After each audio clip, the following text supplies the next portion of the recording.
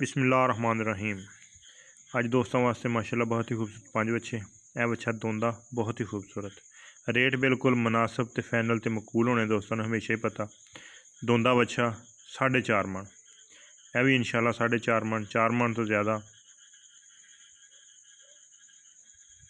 अल्लाह दे हुक्म नाल अगला बच्चा 5 मन, यह बच्चा 4.5 मन, 4.25 4.5 मन। माशाल्लाह खूबसूरत बच्चे है दोस्तों, चेक करने। इस बच्चे की कीमत वजन अल्लाह दे कोना 5 मन, जेडे भरा दिल होया तो रेट बिल्कुल इहदा मुनासिब 3.5 लाख रुपया। इस बच्चे का 4.5 लाख रुपया रेट बिल्कुल फैनल तो मुनासिब दोस्तों दसी जाने। तो यह जोड़ा बच्चा वा यदा भी 3.5 लाख रुपया, 3,50,000 रुपया। ज़्यादा फर्क वाले कदे रेट नहीं जिंदगी चलाए।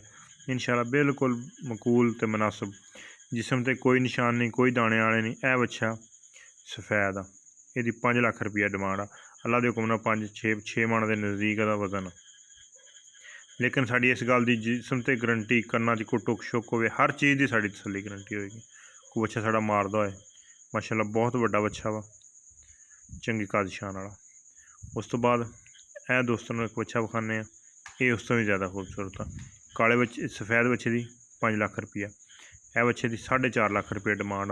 अल्लाह के हुक्म नाल 6-7 मन वजन, बड़ा वजन है बच्चे को, बड़ा भारा तो वड्डा बच्चा वा, बिल्कुल आलूआं दे नहीं पले हुए, घर की खुराक ते आ। इस बच्चे का रेट 4.5 लाख रुपया।